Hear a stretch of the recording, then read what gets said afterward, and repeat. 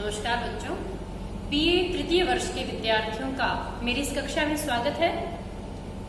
हम पहले 2 वीडियो में जान चुके हैं कि रस की निष्पत्ति कैसे होती है। आचार्य भरत मुनि ने जैसा कि रस सूत्र दिया था, विभावानुभाव व्यभिचारी संयोगाद रस निष्पत्ति, उसी के आधार पे हम आज ये जानेंगे कि आखिर रस की उत्पत्ति कैसे होती है। बच्चों, मैं बिल्कुल सरल तरीके से समझाने की कोशिश करूंगी। निश्चित रूप से आप लाभान्वित होंगे कि रस की निष्पत्ति कैसे होती है। हमने जाना रस के अवयव कौन से हैं। प्रमुख अवयव में आया विभाव है, अनुभाव है और व्यभिचारी या संचारी भाव है। अब है विभाव। विभाव 2 प्रकार के हैं, आलंबन विभाव और उद्दीपन विभाव। इन दोनों के अभाव में इन दोनों की उपस्थिति अत्यंत आवश्यक है। यदि किसी रस की निष्पत्ति होनी है, उत्पत्ति होनी है, तो आलंबन का होना जितना जरूरी है उतना ही जरूरी उद्दीपन का है। आलंबन यदि अंगारा है तो उद्दीपन उसको उद्दीप्त करने वाली हवा है। दोनों का ही होना आवश्यक है। और उसके बाद आती है अनुभाव, जिसके 4 श्रेणियां हैं। कायिक, वाचिक, आहार्य और सात्विक और संचारी भावों की जो संख्या है वो 33 मानी गई है, जिसमें ईर्ष्या, चिंता, मोह, दैन्य, निद्रा, व्यामोह, उन्माद, व्याधि, जड़ता, स्मृति, ये सब संचारी भावों के अंतर्गत आते हैं। संचरण करने की वजह से संचरण करते रहते हैं, घूमते रहते हैं, आते हैं, जाते हैं, स्थायी नहीं है, इस कारण इनका नाम व्यभिचारी भाव भी है और संचारी भाव भी है। अब हम बात करते हैं रस की निष्पत्ति की। तो यदि हम भयानक रस को ले लें, भयानक रस की जो स्थायी भाव है वो है भय, डर। अब हम किसी जंगल में जा रहे हैं और बिल्कुल अकेले हैं, जंगल में जा रहे हैं और सामने से शेर दिखाई दे दिया। हम पैदल हैं, अकेले भी हैं, सामने शेर दिखाई दिया, शेर को देखते हमें डर लग रहा है, भय उत्पन्न हो गया। अब भय उत्पन्न होने का प्रमुख कारण कौन है, उसका आलंबन सहारा कौन है? सिंह, शेर जो हमें नजर आया है। शेर आलंबन है, उद्दीपन क्या है? हमारा अकेले होना, जंगल सुनसान होना, हमारे द्वारा निहत्था होना, ये है उद्दीपन। आलंबन यदि कारण है, उद्दीपन वातावरण है। हम बिल्कुल निर्जन वन में हैं, एकांत में हैं, हमारे पास कोई हथियार नहीं है, हम इस चीज के लिए तैयार ही नहीं है और हम अकेले चले जा रहे थे सड़क पर और अचानक से उस जंगल के अंदर कोई शेर आ जाता है जंगल से निकल के और हम बिल्कुल घबरा जाते हैं और डर, भय की उत्पत्ति हमारे हृदय में तुरंत हो जाती है। अब देखिए बच्चों, भय की जो उत्पत्ति हुई है स्थायी भाव की, अब उसके साथ भाव आ रहे हैं, कई संचारी भाव आएंगे और जाएंगे। तुरंत हमें स्मृति आती है, ओहो अब हमारे घर वालों का क्या होगा, ये तो हमें खा जाएगा। तुरंत हम चिंता करते हैं, चिंता भी है, स्मृति भी है, परिवार का मोह भी है, ये सब भाव आ रहे हैं और जा रहे हैं। हमारा क्या होगा, ये शेर तो हमें खा जाएगा, घर वालों को हमारी लाश का पता नहीं चलेगा, क्या हुआ क्या नहीं हुआ, इसके बाद हमारे बच्चों का क्या होगा, ओह हमारे माता पिता का क्या होगा। मतलब हम चिंतित होते हैं, चिंता हो रही है, स्मृति आ रही है, मोह हो रहा है, लेकिन ये संचारी भाव आ रहे हैं और जा रहे हैं। लेकिन हमारे हृदय के अंदर जो भय है वो और भी ज्यादा मजबूत होता जा रहा है, डर निरंतर बढ़ता चला जा रहा है, स्थायी भाव और भी ज्यादा स्थायी होता चला जा रहा है। अब क्या होगा, हमारे हृदय में आलंबन उपस्थित है, शेर, उद्दीपन, वातावरण बिल्कुल एकांत निर्जन, हम अकेले निहत्थे और डरपोक। अब हमें लगता है कि शेर तो एक ही छलांग में हमें मार डालेगा। अब हमारे शरीर की क्या दशा होती है बच्चों, वो अनुभाव है। ये जो 4 श्रेणियां हैं, अनुभाव, हृदय में स्थायी भाव उत्पन्न होने के पश्चात जो भाव उत्पन्न होते हैं अनुमाने पीछे, उन भावों को हम अनुभाव कहते हैं। अनुभाव हृदय में उपस्थित होने वाले रस निष्पत्ति के द्योतक चिन्ह हैं, जिसके कारण सहृदय की शरीर और मन की अवस्था में जो परिवर्तन आ जाता है, शारीरिक और मानसिक दशा में जो परिवर्तन के द्योतक चिन्ह हैं, हम उन्हें अनुभाव कहते हैं। कायिक, शरीर में हमारे क्या परिवर्तन आ सकता है उस शेर को देखने के बाद, डर उत्पन्न होने के बाद, भय के मारे हमारा चेहरा पीला पड़ सकता है। डर के कारण हमारे पैर थर थर कांप सकते हैं, डर के मारे हमारे आंखों से आंसू आ सकते हैं, या कोई भयंकर चीख भी निकल सकती है। तो जो मुख पीला पड़ जाता है, जो हमारी चेहरे का जो रंग परिवर्तन हुआ है, जो मुख पीला पड़ गया है और जो हमारा शरीर बिल्कुल डर के मारे, घबराहट के मारे बिल्कुल सिकुड़ता महसूस हो रहा है, वो कायिक अनुभव है बच्चों। और हमारे मुंह से डर के मारे यदि चीख निकल जाती है तो वो है वाचिक अनुभव मुंह से, या हम कहते हैं बचाओ बचाओ बचाओ, तो वो है वाचिक अनुभव। तीसरा है आहार्य। आहार्य के अंदर आती है वेशभूषा या हमारे आभूषण या जो भी। यहाँ आहार्य परिवर्तन कुछ भी नहीं होगा। हम दौड़ने की चेष्टा जरूर कर सकते हैं, लेकिन यदि ये सात्विक अनुभव शुरू हो गए, आंखों से यदि आंसू आ गए तो सात्विक अनुभव है, यदि हमारे रोंगटे खड़े हो गए वो सात्विक अनुभव है, यदि हमें पसीना आ गया डर के मारे तो वो सात्विक अनुभव है, और यदि हमारे पैरों में स्तंभन हो गया, पैरों से दौड़ा नहीं जा रहा, यूं लगता है दोनों पैर बिल्कुल अपने स्थान पर जम गए हैं, हम नहीं दौड़ सकते डर के मारे, तो वो है स्तंभन, उसे वो भी सात्विक अनुभव है। बच्चों, सात्विक अनुभव वो होते हैं जिन्हें हम जानबूझकर उत्पन्न नहीं कर सकते, और यदि उत्पन्न हो जाए तो उन्हें तुरंत हम मिटा नहीं सकते। यदि हमारे आंखों से आंसू आए हैं, पसीना आया है, यदि पैर थर-थर कांप रहे हैं या पैरों में स्तंभन हो गया है, तो ये सब सात्विक अनुभव है। काया में परिवर्तन, मुख पीला पड़ गया, ये कायिक अनुभव है। मुंह से चीख निकली, ये वाचिक अनुभव है। दौड़ने की कोशिश कर रहे हैं, बचने की कोशिश कर रहे हैं, यानी बुद्धि भी लगा रहे हैं हम, ये हमारे संचारी भाव है। चिंता, क्रोध भी आता है, क्यों आए हम यहाँ पर, आने की क्या जरूरत थी, आज मना किया था उधर मत जाना, लेकिन फिर भी हम तो आ गए। खुद पे क्रोध भी आ रहा है, मोह भी हो रहा है बच्चों से, दीनता की स्थिति हो रही है कि काश ये मुझे छोड़ दे, मन ही मन हम प्रार्थना कर रहे हैं कि हमें छोड़ दे शेर। ये सब संचारी भाव है, व्यभिचारी भाव है, आ रहे हैं और जा रहे हैं, लेकिन सामने आलम्बन उपस्थित है, उद्दीपन है, तो ये जो रस है इसकी निष्पत्ति कोई नहीं रोक सकता। अब हम बात करते हैं बच्चों भयानक रस में, ये जो भय नामक स्थायी भाव है, स्थिति सेम है लेकिन कुछ परिवर्तन है। क्या? हम जंगल में जा रहे हैं लेकिन बंद गाड़ी में है, फिर हमें शेरों का काफिला नजर आता है, शेर आलम्बन है, आलम्बन होते हुए भी हमारे हृदय में क्या भय उत्पन्न होगा? यदि हम बंद गाड़ी में हैं, जाली लगी हुई है और शेरों को देखने के लिए निकले हैं रणथंभौर के अभयारण्य में, ऐसा नहीं होगा। हमें खुशी होगी उस आलम्बन के होते हुए भी हमारे हृदय में भय नामक स्थायी भाव नहीं होगा, बल्कि हम उल्टे खुश होंगे कि चलो शेर दिखाई दिए, काश इनका परिवार भी दिखाई दे जाए, छोटे शेरों के बच्चे भी दिखाई दे जाए। क्यों? उद्दीपन नहीं है, आलम्बन है, हम सहृदय वही व्यक्ति है, लेकिन उद्दीपन नहीं होने से यहाँ रस की उत्पत्ति नहीं हो सकती।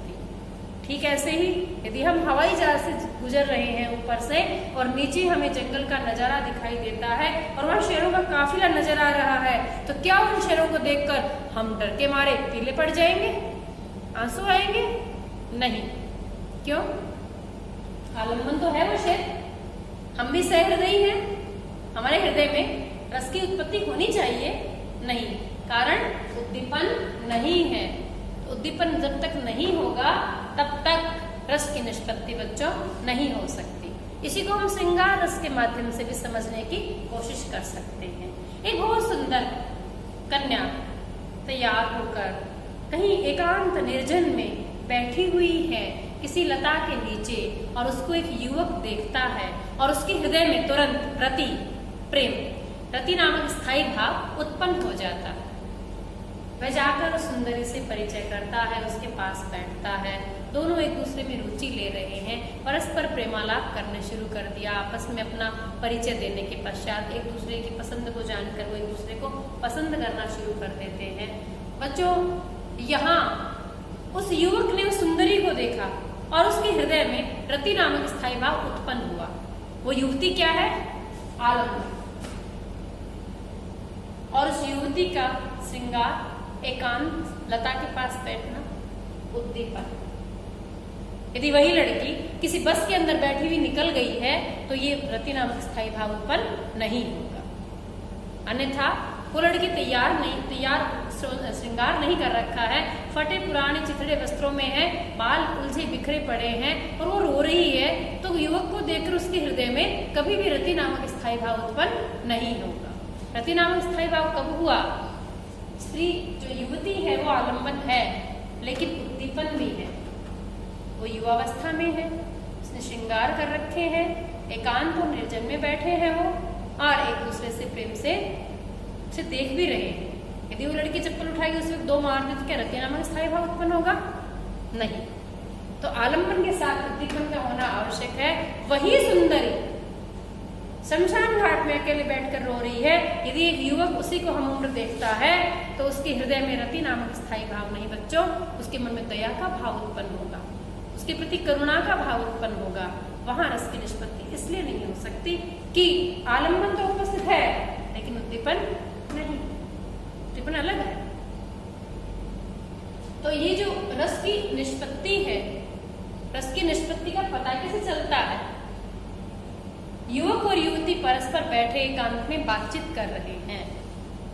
वो जो परस्पर एक दूसरे का हाथ थामे हुए है, आप दूर से पता लगा सकते हो कि ये दोनों प्रेमी हैं। आपने कैसे पता लगाया? उनका कायिक अनुभाव देखकर उनके हृदय में रति नामक स्थायी भाव उत्पन्न हो गया है। और रति नामक स्थायी भाव जो उत्पन्न हुआ है इसके कारण श्रृंगार रस की निष्पत्ति हुई है।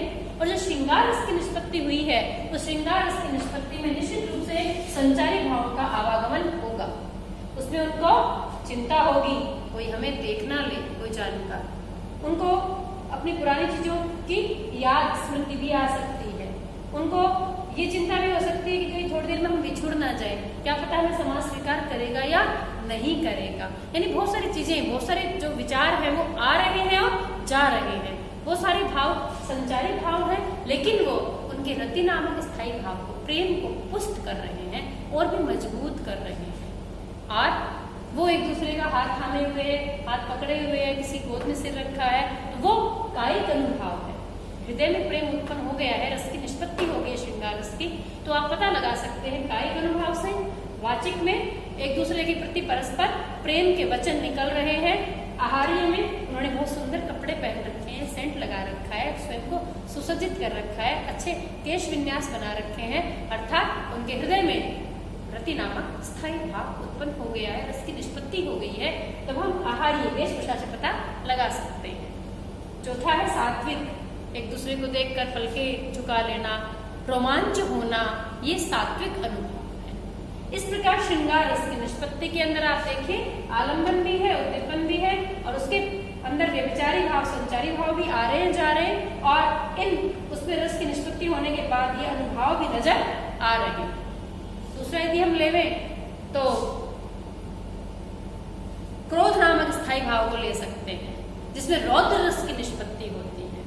रौद्र रस की जो निष्पत्ति है, क्रोध उसका स्थायी भाव है। आलंबन क्या है उसमें? शत्रु।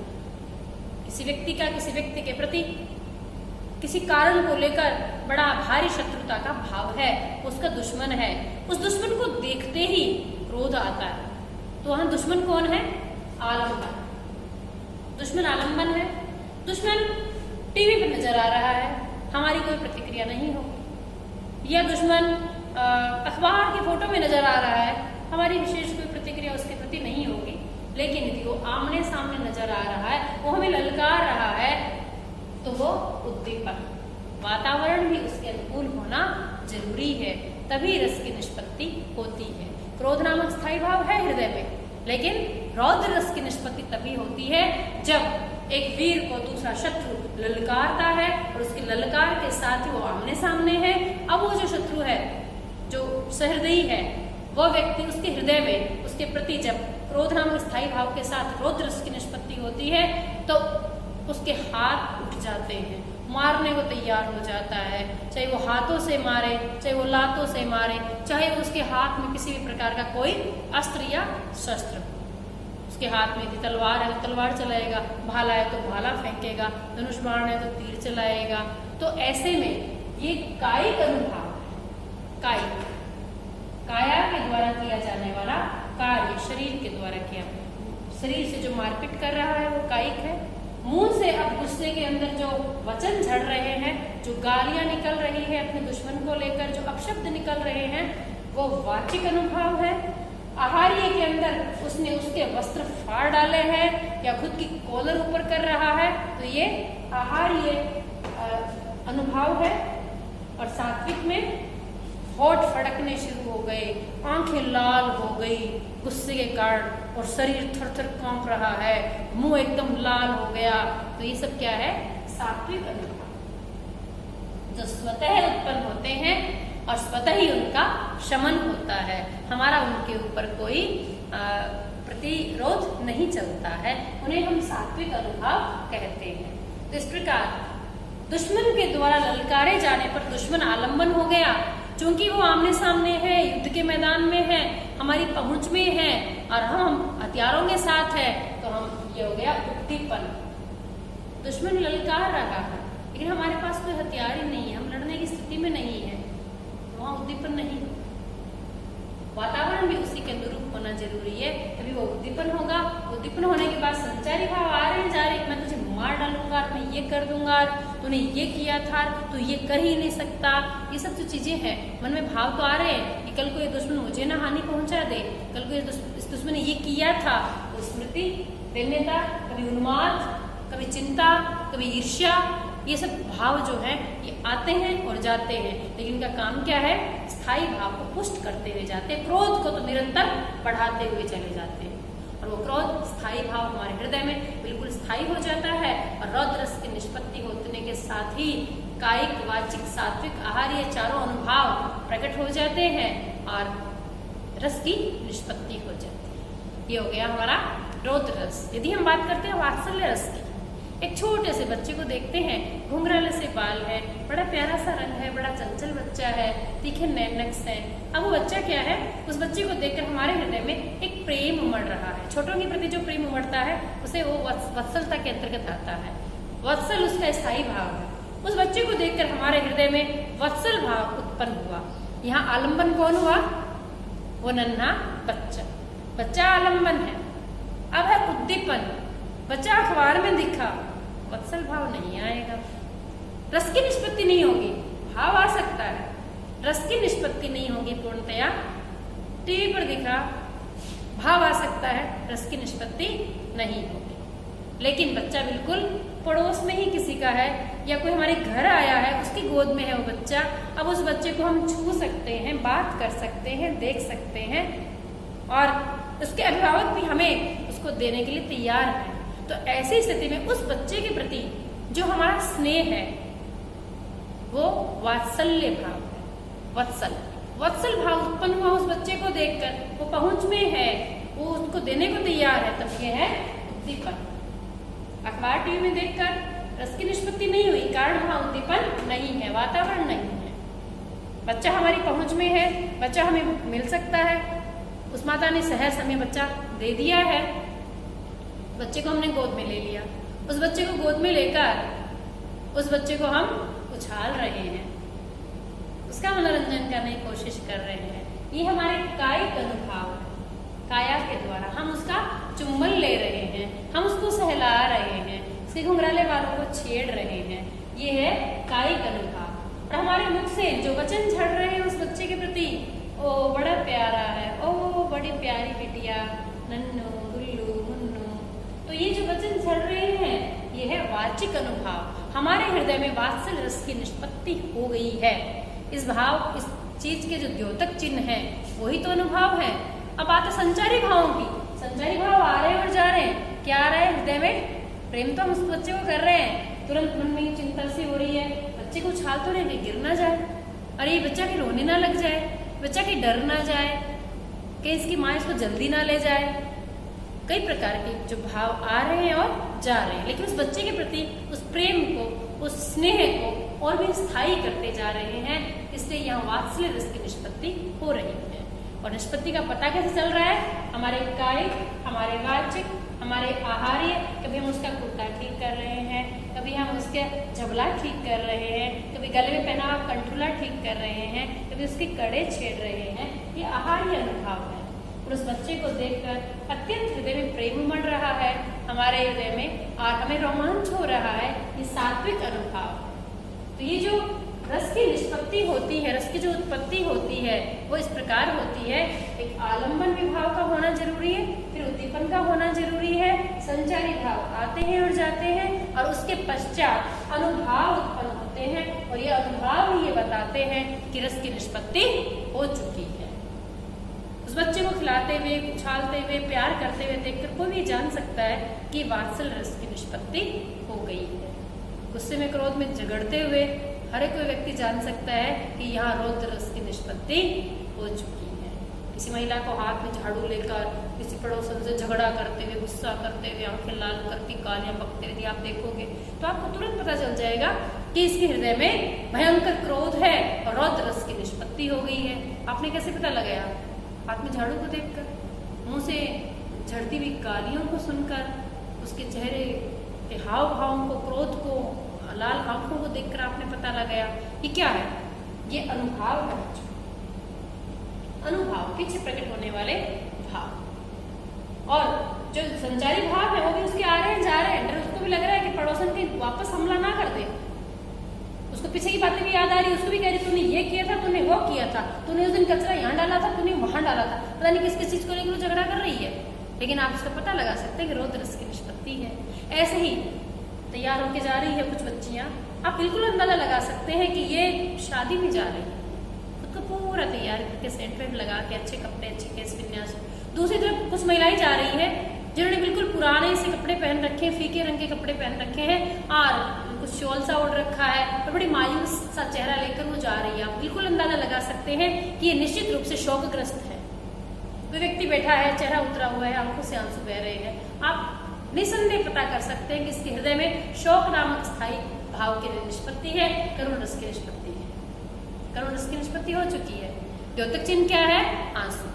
उसका चेहरा उतरा हुआ, भयंकर दुखी है वो व्यक्ति, आप पता लगा सकते हैं। और व्यक्ति अत्यंत प्रफुल्लित होकर घर पे, आप चेहरा देखकर, उसके हाव भाव देखकर पता लगा सकते हैं कि अत्यंत प्रसन्न है। इसके हृदय में जो है वो उत्साह, इसके हृदय में उत्साह नामक स्थायी भाव है बिल्कुल, और इसके रस की निष्पत्ति हो चुकी है। तो ये जो रस की निष्पत्ति है, इसके अंदर विभाव, अनुभाव और संचारी भाव, इन तीनों के मिश्रण का होना आवश्यक है। बच्चों, निश्चित रूप से आप समझ गए होंगे।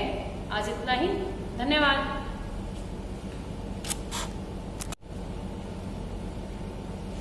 नमस्कार बच्चों, बीए तृतीय वर्ष के विद्यार्थियों का मेरी इस कक्षा में स्वागत है।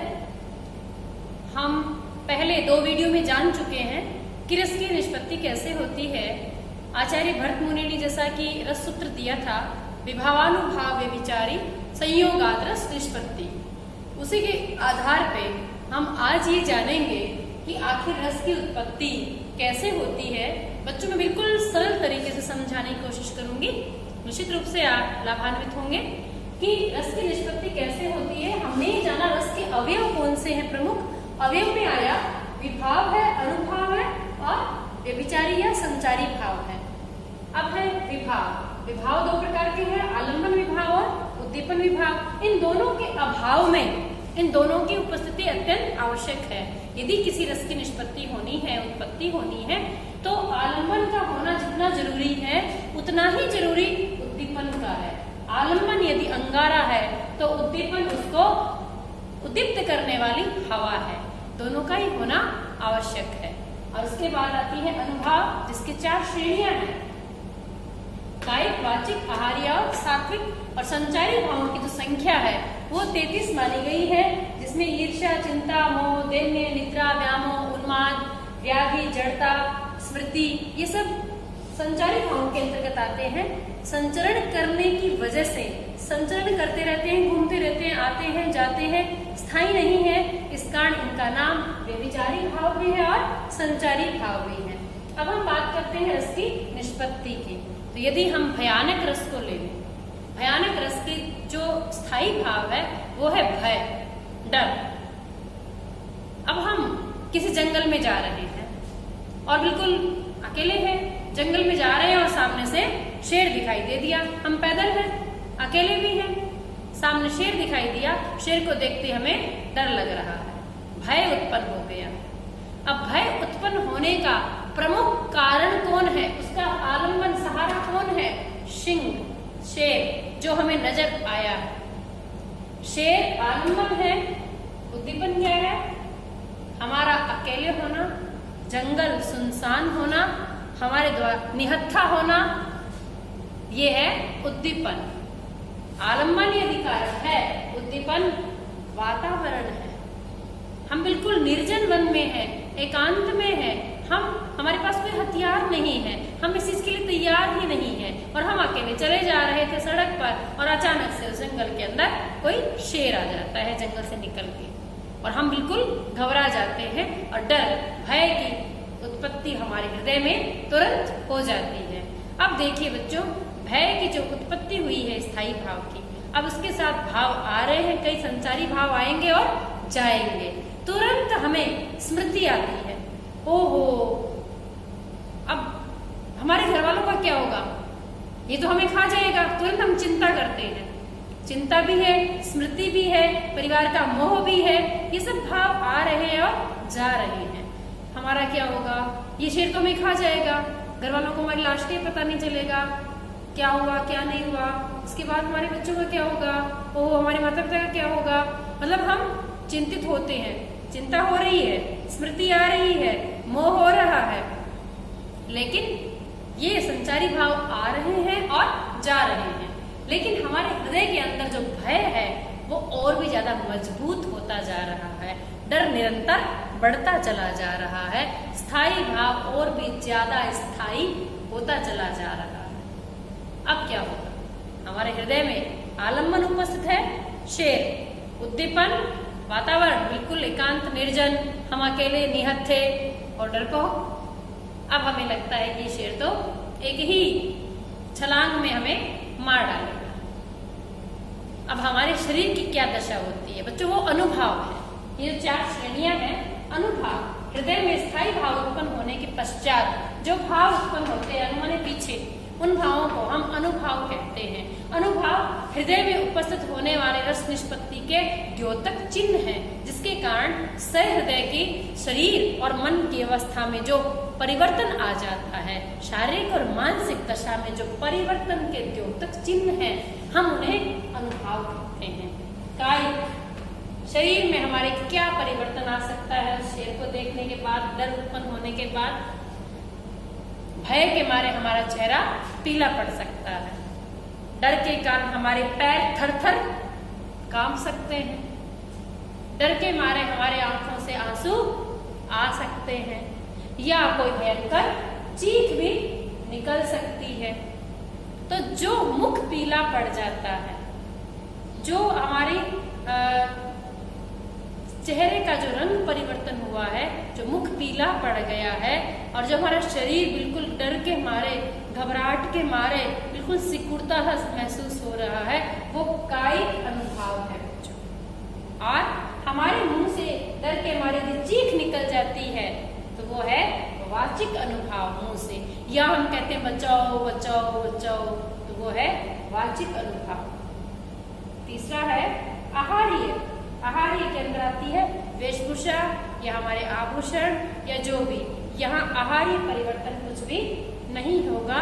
हम दौड़ने की चेष्टा जरूर कर सकते हैं, लेकिन यदि ये सात्विक अनुभव शुरू हो गए, आंखों से यदि आंसू आ गए तो सात्विक अनुभव है, यदि हमारे रोंगटे खड़े हो गए वो सात्विक अनुभव है, यदि हमें पसीना आ गया डर के मारे तो वो सात्विक अनुभव है, और यदि हमारे पैरों में स्तंभन हो गया, पैरों से दौड़ा नहीं जा रहा, यूं लगता है दोनों पैर बिल्कुल अपने स्थान पर जम गए हैं, हम नहीं दौड़ सकते डर के मारे, तो वो है स्तंभन, उसे वो भी सात्विक अनुभव है।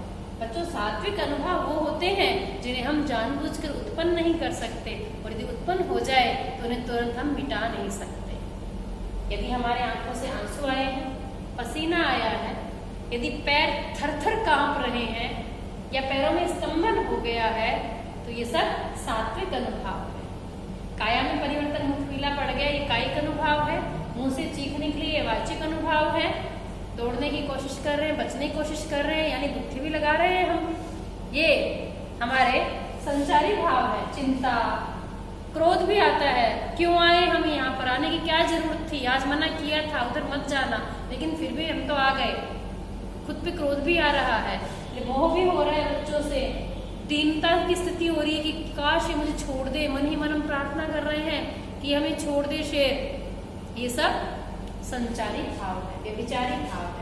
आ रहे हैं और जा रहे हैं, लेकिन सामने आलम्बन उपस्थित है, उद्दीपन है, तो ये जो रस है इसकी निष्पत्ति कोई नहीं रोक सकता। अब हम बात करते हैं बच्चों, भयानक रस में ये जो भय नामक स्थायी भाव है, स्थिति सेम है लेकिन कुछ परिवर्तन है। क्या?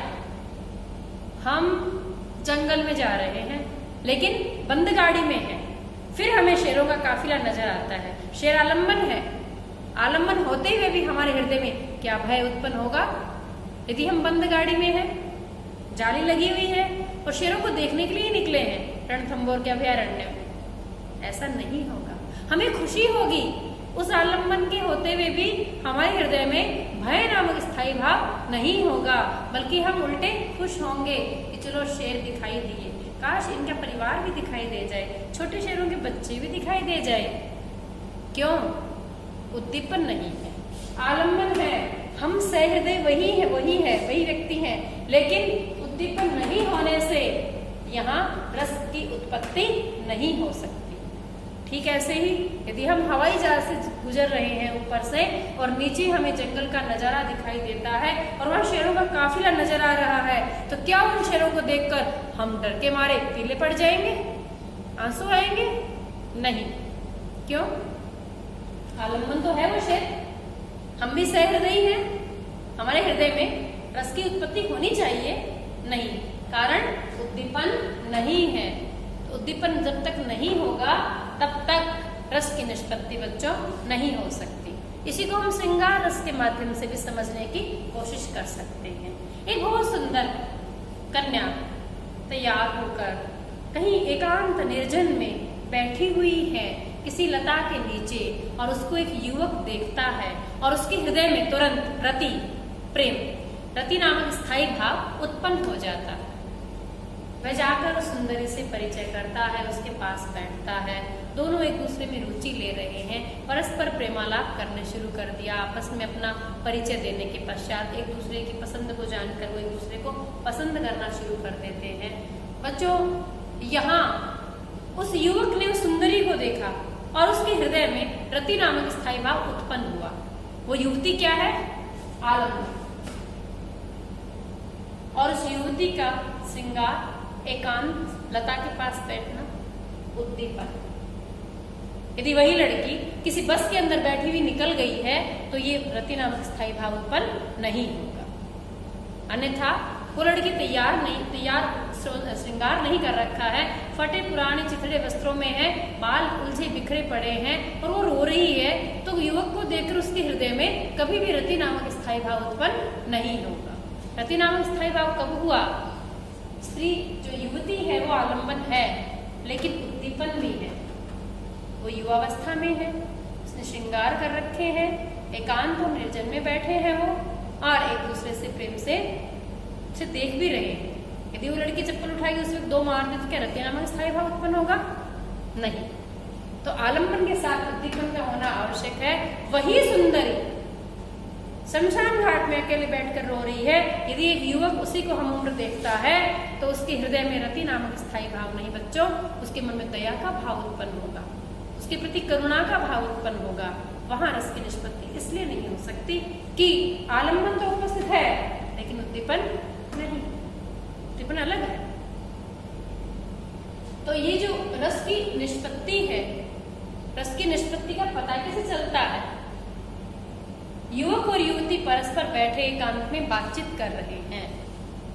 वो जो परस्पर एक दूसरे का हाथ थामे हुए है, आप दूर से पता लगा सकते हो कि ये दोनों प्रेमी हैं। आपने कैसे पता लगाया?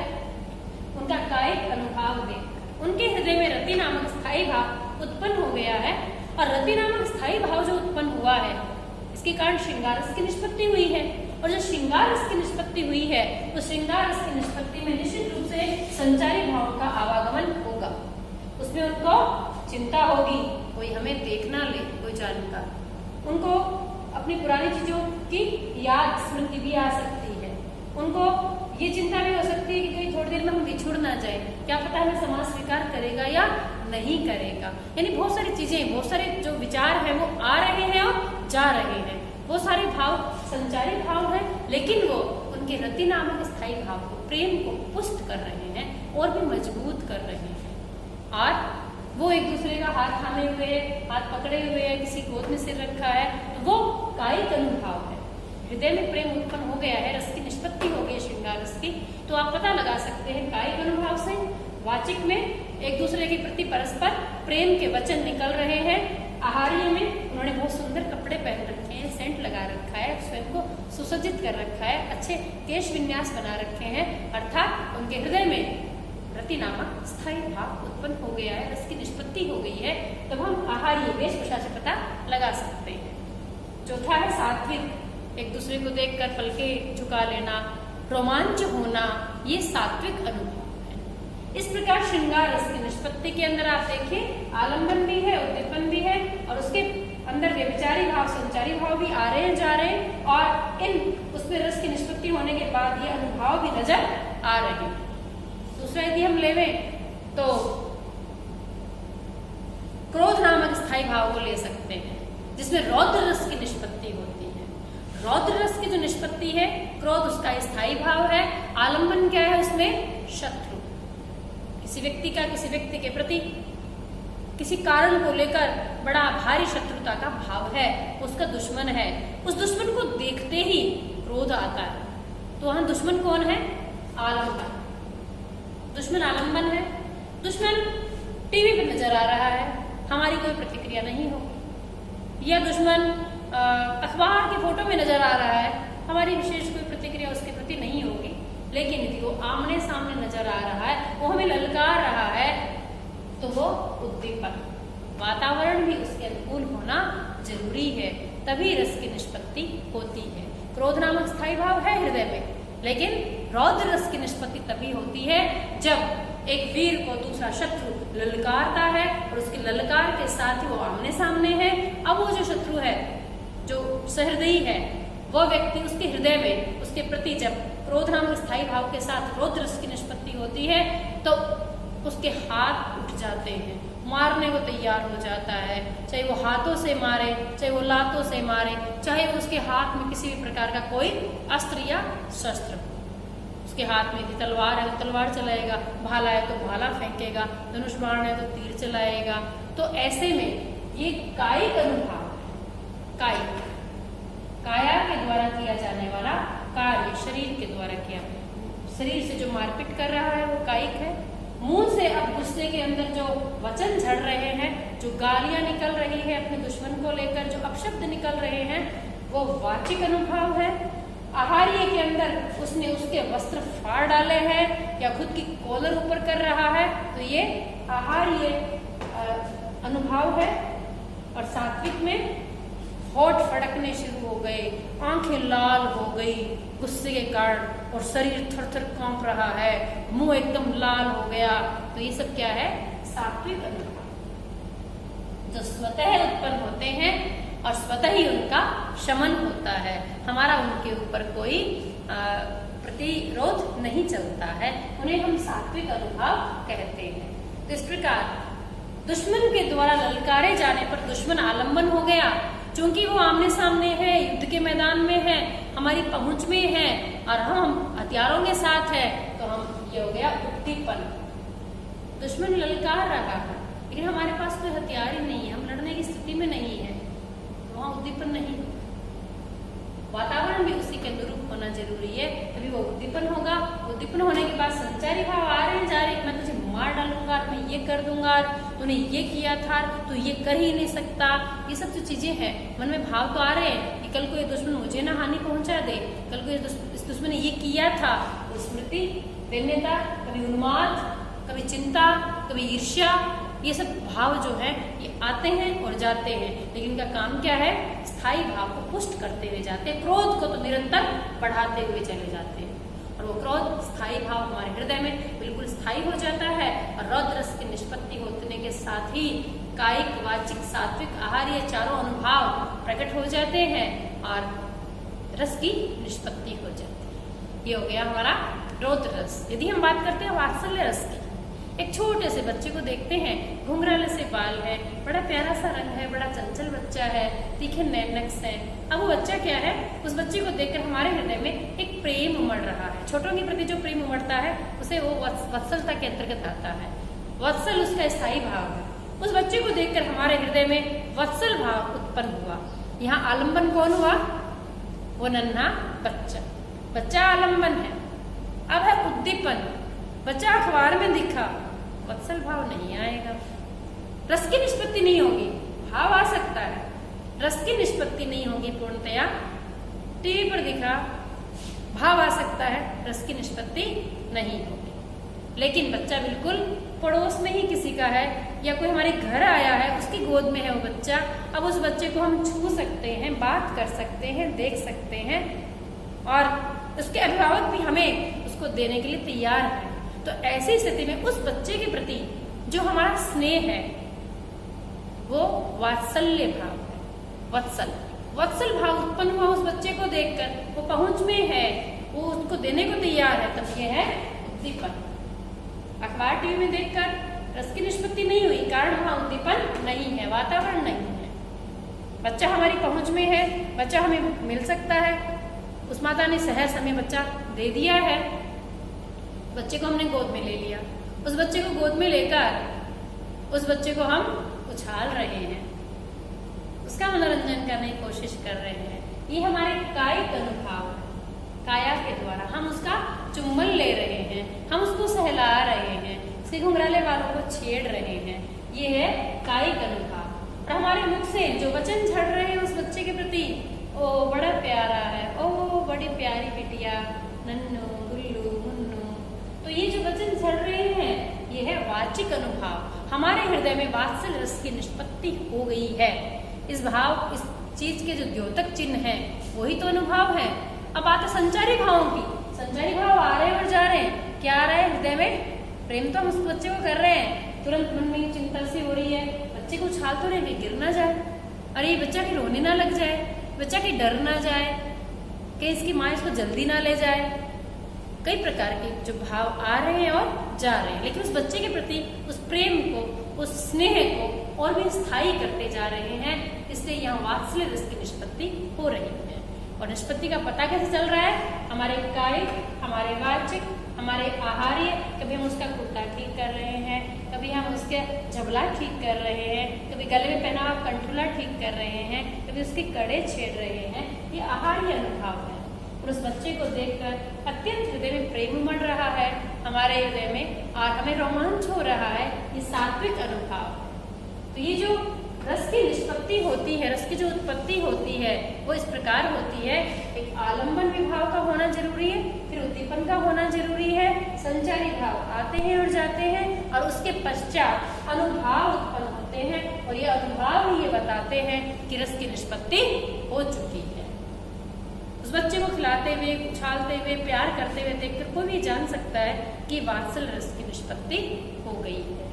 गुस्से में, क्रोध में झगड़ते हुए हर एक कोई व्यक्ति जान सकता है कि यहाँ रौद्र रस की निष्पत्ति हो चुकी है। किसी महिला को हाथ में झाड़ू लेकर किसी पड़ोसन से झगड़ा करते हुए, गुस्सा करते हुए, आंखें लाल करके गालियां बकते हुए आप देखोगे तो आपको तुरंत पता चल जाएगा कि इसके हृदय में भयंकर क्रोध है और रौद्र रस की निष्पत्ति हो गई है। आपने कैसे पता लगाया? हाथ में झाड़ू को देखकर, मुंह से झड़ती हुई गालियों को सुनकर, उसके चेहरे के हाव भावों को, क्रोध को, लाल आंखों को देखकर आपने पता लगाया। ये क्या है? ये अनुभव है।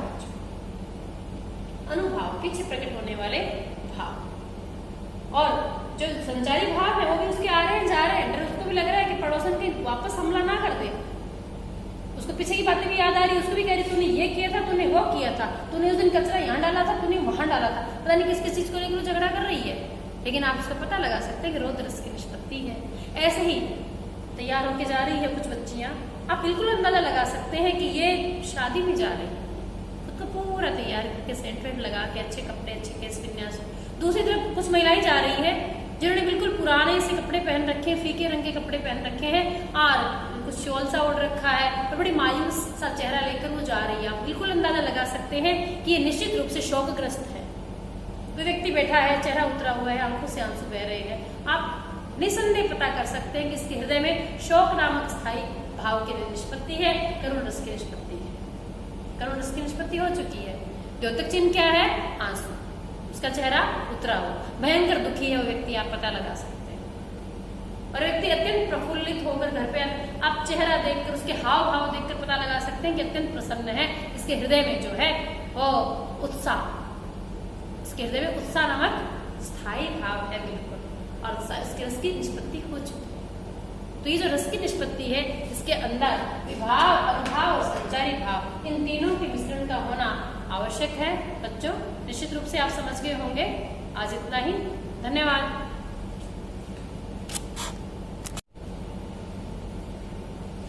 नमस्कार बच्चों, बीए तृतीय वर्ष के विद्यार्थियों का मेरी इस कक्षा में स्वागत है।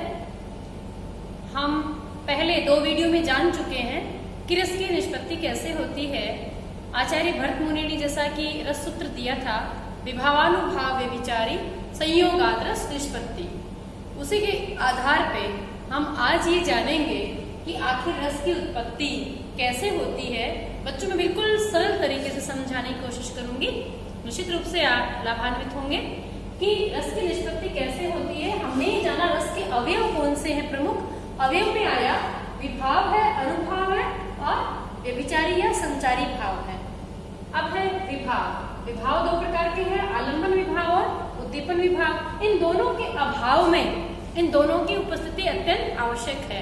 यदि किसी रस की निष्पत्ति होनी है, उत्पत्ति होनी है, तो आलंबन का होना जितना जरूरी है उतना ही जरूरी उद्दीपन का है। आलंबन यदि अंगारा है तो उद्दीपन उसको उद्दीप्त करने वाली हवा है। दोनों का ही होना आवश्यक है। और उसके बाद आती है अनुभाव, जिसके 4 श्रेणियां हैं। कायिक, वाचिक, आहार्य और सात्विक और संचारी भावों की जो संख्या है वो 33 मानी गई है, जिसमें ईर्ष्या, चिंता, मोह, दैन्य, निद्रा, व्यामोह, उन्माद, व्याधि, जड़ता, स्मृति, ये सब संचारी भावों के अंतर्गत आते हैं। संचरण करने की वजह से संचरण करते रहते हैं, घूमते रहते हैं, आते हैं, जाते हैं, स्थायी नहीं है। इस कारण इनका नाम व्यभिचारी भाव भी है और संचारी भाव भी है। अब हम बात करते हैं रस की निष्पत्ति की। तो यदि हम भयानक रस को लें, भयानक रस की जो स्थायी भाव है वो है भय, डर। अब हम किसी जंगल में जा रहे हैं और बिल्कुल अकेले हैं, जंगल में जा रहे हैं और सामने से शेर दिखाई दे दिया। हम पैदल हैं, अकेले भी हैं, सामने शेर दिखाई दिया, शेर को देखते हमें डर लग रहा है, भय उत्पन्न हो गया। अब भय उत्पन्न होने का प्रमुख कारण कौन है? उसका आलंबन, सहारा कौन है? सिंह, शेर, जो हमें नजर आया। शेर आलंबन है। उद्दीपन क्या है? हमारा अकेले होना, जंगल सुनसान होना, हमारे द्वारा निहत्था होना, ये है उद्दीपन। आलंबन यदि कारण है, उद्दीपन वातावरण है। हम बिल्कुल निर्जन वन में हैं, एकांत में हैं, हमारे पास कोई हथियार नहीं है, हम इस चीज के लिए तैयार ही नहीं है और हम अकेले चले जा रहे थे सड़क पर और अचानक से उस जंगल के अंदर कोई शेर आ जाता है जंगल से निकल के और हम बिल्कुल घबरा जाते हैं और डर, भय की उत्पत्ति हमारे हृदय में तुरंत हो जाती है। अब देखिए बच्चों, भय की जो उत्पत्ति हुई है स्थायी भाव की, अब उसके साथ भाव आ रहे हैं, कई संचारी भाव आएंगे और जाएंगे। तुरंत हमें स्मृति आती है, ओहो अब हमारे घर वालों का क्या होगा, ये तो हमें खा जाएगा। तुरंत हम चिंता करते हैं, चिंता भी है, स्मृति भी है, परिवार का मोह भी है, ये सब भाव आ रहे हैं और जा रहे हैं।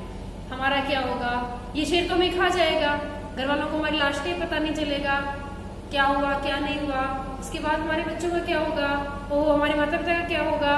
मतलब हम चिंतित होते हैं, चिंता हो रही है, स्मृति आ रही है, मोह हो रहा है, लेकिन ये संचारी भाव आ रहे हैं और जा रहे हैं। लेकिन हमारे हृदय के अंदर जो भय है वो और भी ज्यादा मजबूत होता जा रहा है, डर निरंतर बढ़ता चला जा रहा है, स्थायी भाव और भी ज्यादा स्थायी होता चला जा रहा है। अब क्या होगा? हमारे हृदय में आलम्बन उपस्थित है, शेर, उद्दीपन, वातावरण बिल्कुल एकांत निर्जन, हम अकेले निहत्थे और डरपोक। अब हमें लगता है कि शेर तो एक ही छलांग में हमें मार डालेगा। अब हमारे शरीर की क्या दशा होती है बच्चों? वो अनुभाव है। ये जो 4 श्रेणियां हैं, अनुभाव, हृदय में स्थायी भाव उत्पन्न होने के पश्चात जो भाव उत्पन्न होते हैं अनुमाने पीछे, उन भावों को हम अनुभाव कहते हैं। अनुभाव हृदय में उपस्थित होने वाले रस निष्पत्ति के द्योतक चिन्ह हैं, जिसके कारण सहृदय की शरीर और मन की अवस्था में जो परिवर्तन आ जाता है, शारीरिक और मानसिक दशा में जो परिवर्तन के द्योतक चिन्ह हैं, हम उन्हें अनुभाव कहते हैं।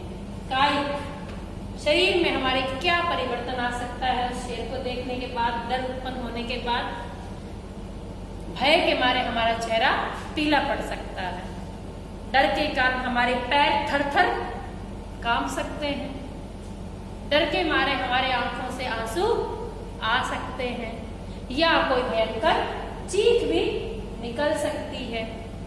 तो जो मुख पीला पड़ जाता है, जो हमारी चेहरे का जो रंग परिवर्तन हुआ है, जो मुख पीला पड़ गया है और जो हमारा शरीर बिल्कुल डर के मारे, घबराहट के मारे बिल्कुल सिकुड़ता सा महसूस हो रहा है, वो कायिक अनुभाव है बच्चों। और हमारे मुंह से डर के मारे जो चीख निकल जाती है तो वो है वाचिक अनुभाव मुंह से, या हम कहते हैं बचाओ बचाओ बचाओ, तो वो है वाचिक अनुभाव। तीसरा है आहार्य। आहार्य के अंदर आती है वेशभूषा या हमारे आभूषण या जो भी, यहाँ आहार्य परिवर्तन कुछ भी नहीं होगा।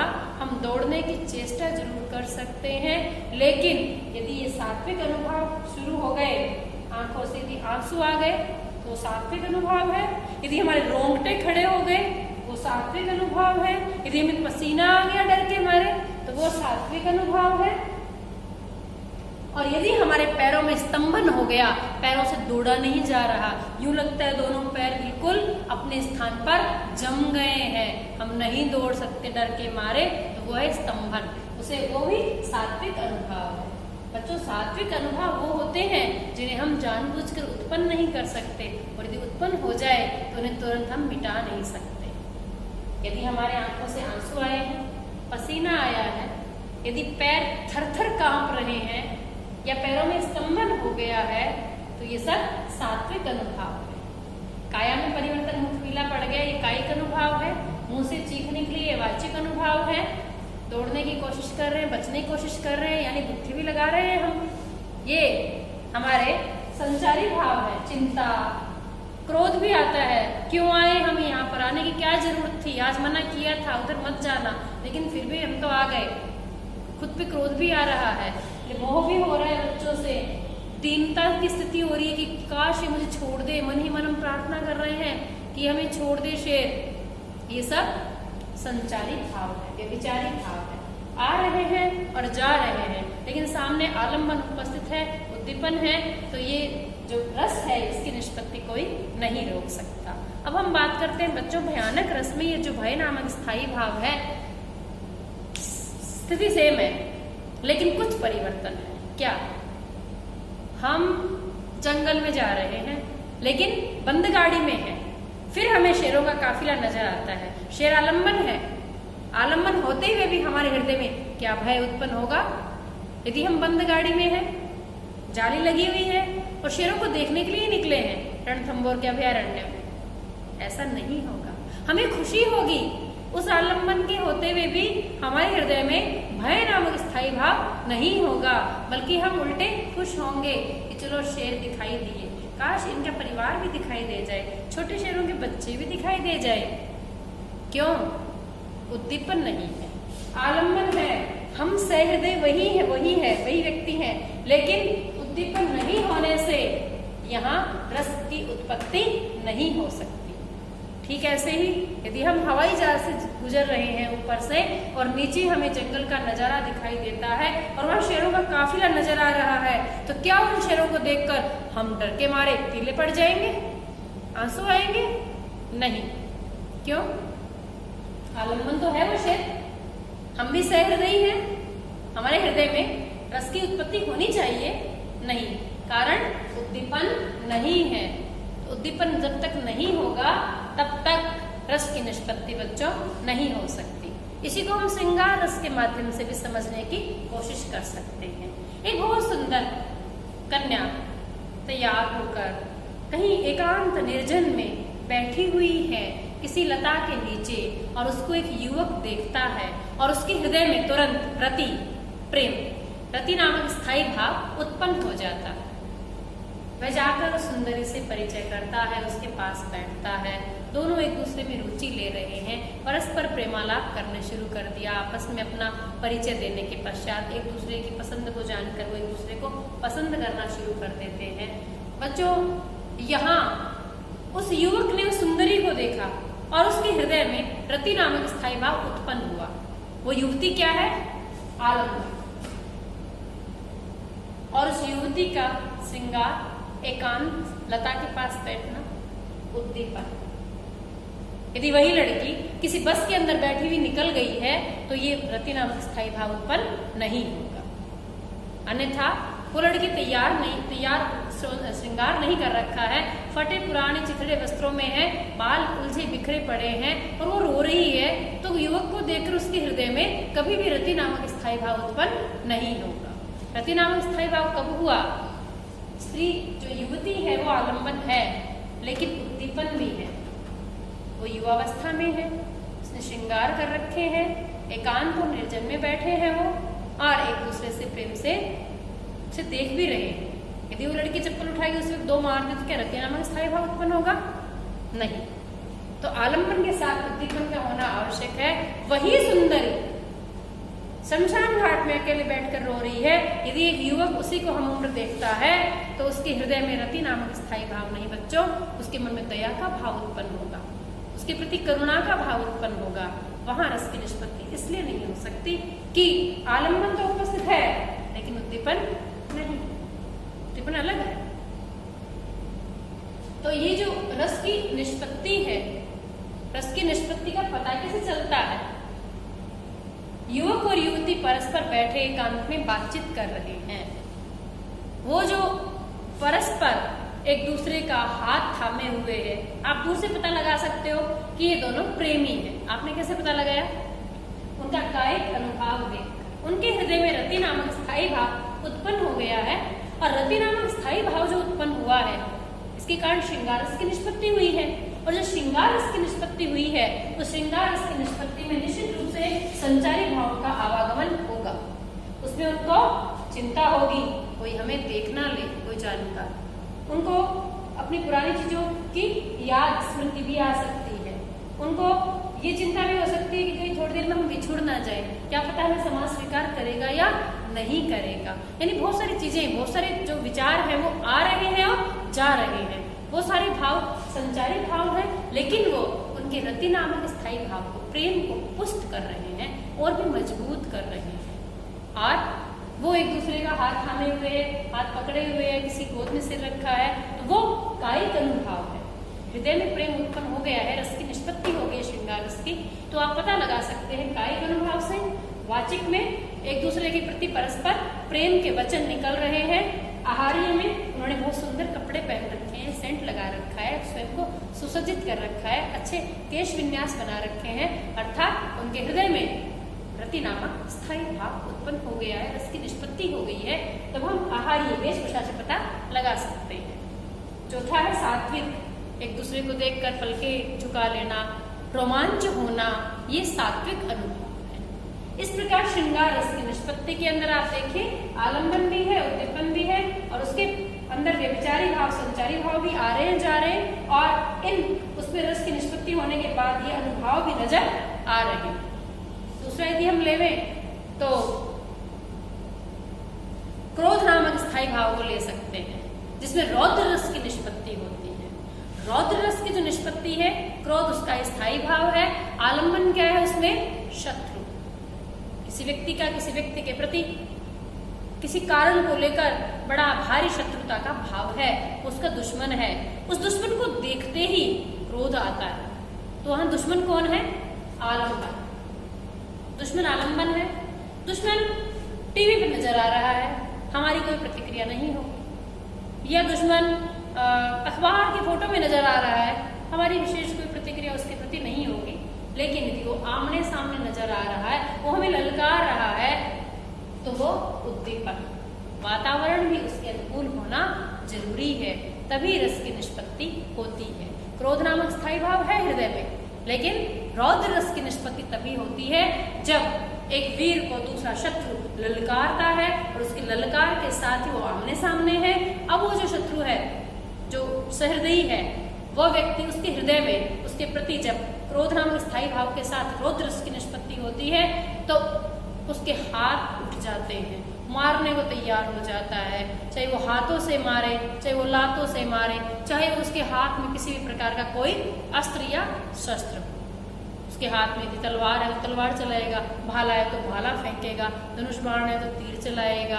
तो ऐसे में ये कायिक अनुभव है, काया के द्वारा किया जाने वाला कार्य, शरीर के द्वारा किया, शरीर से जो मारपीट कर रहा है वो कायिक है। मुंह से अब गुस्से के अंदर जो वचन झड़ रहे हैं, जो गालियां निकल रही है अपने दुश्मन को लेकर, जो अपशब्द निकल रहे हैं, वो वाचिक अनुभव है। आहार्य के अंदर उसने उसके वस्त्र फाड़ डाले हैं या खुद की कॉलर ऊपर कर रहा है, तो ये आहार्य अनुभव है। और सात्विक में होठ फड़कने शुरू हो गए, आंखें लाल हो गई गुस्से के कारण, और शरीर थर-थर कांप रहा है, मुंह एकदम लाल हो गया। तो ये सब क्या है? सात्विक अनुभव, जो स्वतः उत्पन्न होते हैं और स्वतः ही उनका शमन होता है। हमारा उनके ऊपर कोई प्रतिरोध नहीं चलता है, उन्हें हम सात्विक अनुभव कहते हैं। तो इस प्रकार दुश्मन के द्वारा ललकारे जाने पर दुश्मन आलम्बन हो गया, क्योंकि वो आमने सामने है, युद्ध के मैदान में है, हमारी पहुंच में है और हम हथियारों के साथ है, तो हम ये हो गया उद्दीपन। दुश्मन ललकार रहा है, लेकिन हमारे पास कोई हथियार ही नहीं है, हम लड़ने की स्थिति में नहीं है, वहां उद्दीपन नहीं। वातावरण भी उसी के अनुरूप होना जरूरी है, तभी वो उद्दीपन होगा। उद्दीपन होने के बाद संचारी भाव आ रहे हैं, जा रहे, मैं तुझे मार डालूंगा, मैं ये कर दूंगा, तूने ये किया था, तू ये कर ही नहीं सकता। ये सब जो चीजें हैं, मन में भाव तो आ रहे हैं कि कल को ये दुश्मन मुझे ना हानि पहुंचा दे, कल को इस दुश्मन ने ये किया था। तो स्मृति, दैन्यता, कभी उन्माद, कभी चिंता, कभी ईर्ष्या, ये सब भाव जो है ये आते हैं और जाते हैं, लेकिन इनका काम क्या है? स्थायी भाव को पुष्ट करते हुए जाते हैं, क्रोध को तो निरंतर बढ़ाते हुए चले जाते हैं। और वो क्रोध, स्थायी भाव हमारे हृदय में बिल्कुल स्थायी हो जाता है और रौद्र रस की निष्पत्ति होने के साथ ही कायिक, वाचिक, सात्विक, आहार्य चारों अनुभाव प्रकट हो जाते हैं और रस की निष्पत्ति हो जाती है। ये हो गया हमारा रौद्र रस। यदि हम बात करते हैं वात्सल्य रस की, एक छोटे से बच्चे को देखते हैं, घुंघराले से बाल है, बड़ा प्यारा सा रंग है, बड़ा चंचल बच्चा है, तीखे नैनक्स है। अब वो बच्चा क्या है?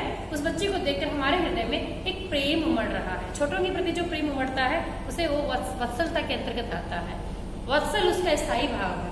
उस बच्चे को देखकर हमारे हृदय में वत्सल भाव उत्पन्न हुआ। यहाँ आलम्बन कौन हुआ? वो नन्हा बच्चा, बच्चा आलम्बन है। अब है उद्दीपन, बच्चा अखबार में दिखा, वत्सल भाव नहीं आएगा, रस की निष्पत्ति नहीं होगी। भाव आ सकता है, रस की निष्पत्ति नहीं होगी पूर्णतया। टीवी पर दिखा, भाव आ सकता है, रस की निष्पत्ति नहीं होगी। लेकिन बच्चा बिल्कुल पड़ोस में ही किसी का है या कोई हमारे घर आया है, उसकी गोद में है वो बच्चा, अब उस बच्चे को हम छू सकते हैं, बात कर सकते हैं, देख सकते हैं और उसके अभिभावक भी हमें उसको देने के लिए तैयार हैं। तो ऐसी स्थिति में उस बच्चे के प्रति जो हमारा स्नेह है वो वात्सल्य भाव है। वत्सल भाव उत्पन्न हुआ उस बच्चे को देखकर, वो पहुंच में है, वो उसको देने को तैयार है, तब ये है उद्दीपन। अखबार, टीवी में देखकर रस की निष्पत्ति नहीं हुई, कारण वहां उद्दीपन नहीं है, वातावरण नहीं है। बच्चा हमारी पहुंच में है, बच्चा हमें मिल सकता है, उस माता ने सहज हमें बच्चा दे दिया है, बच्चे को हमने गोद में ले लिया। उस बच्चे को गोद में लेकर उस बच्चे को हम उछाल रहे हैं, उसका मनोरंजन करने की कोशिश कर रहे हैं। ये हमारे कायिक अनुभव है, काया के द्वारा हम उसका चुंबन ले रहे हैं, हम उसको सहला रहे हैं, उसके घुंघराले बालों को छेड़ रहे हैं। ये है कायिक अनुभव। और हमारे मुख से जो वचन झड़ रहे हैं उस बच्चे के प्रति, ओ बड़ा प्यारा है, ओ बड़ी प्यारी बिटिया, नन्नू गुल्लू मुन्नू, तो ये जो वचन झड़ रहे हैं ये है वाचिक अनुभव। हमारे हृदय में वात्सल्य रस की निष्पत्ति हो गई है। इस भाव, इस चीज के जो द्योतक चिन्ह है वही तो अनुभव है। अब बात है संचारी भावों की। संचारी भाव आ रहे हैं और जा रहे हैं। क्या आ रहा है हृदय में? प्रेम तो हम उस बच्चे को कर रहे हैं, तुरंत मन में चिंता सी हो रही है, बच्चे को उछाल तो रहे गिर ना जाए, अरे ये बच्चा के रोने ना लग जाए, बच्चा के डर ना जाए, कहीं इसकी माँ इसको जल्दी ना ले जाए। कई प्रकार के जो भाव आ रहे हैं और जा रहे हैं, लेकिन उस बच्चे के प्रति उस प्रेम को, उस स्नेह को और भी स्थायी करते जा रहे हैं। इसलिए यहाँ वात्सल्य रस की निष्पत्ति हो रही है। और निष्पत्ति का पता कैसे चल रहा है? हमारे कायिक, हमारे वाचिक, हमारे आहार्य, कभी हम उसका कुर्ता ठीक कर रहे हैं, कभी हम उसके झबला ठीक कर रहे हैं, कभी गले में पहना हुआ कंठुला ठीक कर रहे हैं, कभी उसके कड़े छेड़ रहे हैं। ये आहार्य अनुभव है। और उस बच्चे को देखकर अत्यंत हृदय में प्रेम उमड़ रहा है, हमारे हृदय में, और हमें रोमांच हो रहा है। ये सात्विक अनुभव। तो ये जो रस की निष्पत्ति होती है, रस की जो उत्पत्ति होती है वो इस प्रकार होती है। एक आलंबन विभाव का होना जरूरी है, फिर उद्दीपन का होना जरूरी है, संचारी भाव आते हैं और जाते हैं, और उसके पश्चात अनुभाव उत्पन्न होते हैं। और ये अनुभाव ही ये बताते हैं कि रस की निष्पत्ति हो चुकी है। उस बच्चे को खिलाते हुए, उछालते हुए, प्यार करते हुए देखकर कोई भी जान सकता है कि वात्सल्य रस की निष्पत्ति हो गई है। गुस्से में, क्रोध में झगड़ते हुए हर एक कोई व्यक्ति जान सकता है कि यहाँ रौद्र रस की निष्पत्ति हो चुकी है। किसी महिला को हाथ में झाड़ू लेकर किसी पड़ोसन से झगड़ा करते हुए, गुस्सा करते हुए, आंखें लाल करके गालियां बकते हुए आप देखोगे तो आपको तुरंत पता चल जाएगा कि इसके हृदय में भयंकर क्रोध है और रौद्र रस की निष्पत्ति हो गई है। आपने कैसे पता लगाया? हाथ में झाड़ू को देखकर, मुंह से झड़ती हुई गालियों को सुनकर, उसके चेहरे के हाव भावों को, क्रोध को, लाल आंखों को देखकर आपने पता लगाया। ये क्या है? ये अनुभाव है। अनुभाव, पीछे प्रकट होने वाले भाव। और जो संचारी भाव है वो भी उसके आ रहे हैं, जा रहे हैं। डर उसको भी लग रहा है कि पड़ोसन के वापस हमला ना कर दे। उसको पीछे की बातें भी याद आ रही है, उसको भी कह रही तूने ये किया था, तूने वो किया था, तूने उस दिन कचरा यहाँ डाला था, तूने वहां डाला था, पता नहीं किस किस चीज को लेकर वो झगड़ा कर रही है। लेकिन आप उसका पता लगा सकते हैं कि रौद्र रस की निष्पत्ति है। ऐसे ही तैयार होके जा रही है कुछ बच्चियां, आप बिल्कुल अंदाजा लगा सकते हैं कि ये शादी में जा रही है, खुद को पूरा तैयार करके, सेंट वेंट लगा के, अच्छे कपड़े, अच्छे केस विन्यास। दूसरी तरफ कुछ महिलाएं जा रही है जिन्होंने बिल्कुल पुराने से कपड़े पहन रखे हैं, फीके रंग के कपड़े पहन रखे हैं और कुछ शॉल सा ओढ़ रखा है, तो बड़ी मायूस सा चेहरा लेकर वो जा रही है। आप बिल्कुल अंदाजा लगा सकते हैं कि ये निश्चित रूप से शोकग्रस्त है। कोई व्यक्ति बैठा है, चेहरा उतरा हुआ है, आंखों से आंसू बह रहे हैं। आप निसंदेह पता कर सकते हैं कि इसके हृदय में शोक नामक स्थायी भाव की निष्पत्ति है, करुण रस की निष्पत्ति है। करुण रस की निष्पत्ति हो चुकी है। द्योतक चिन्ह क्या है? आंसू, उसका चेहरा उतरा हुआ, भयंकर दुखी है वो व्यक्ति, आप पता लगा सकते हैं।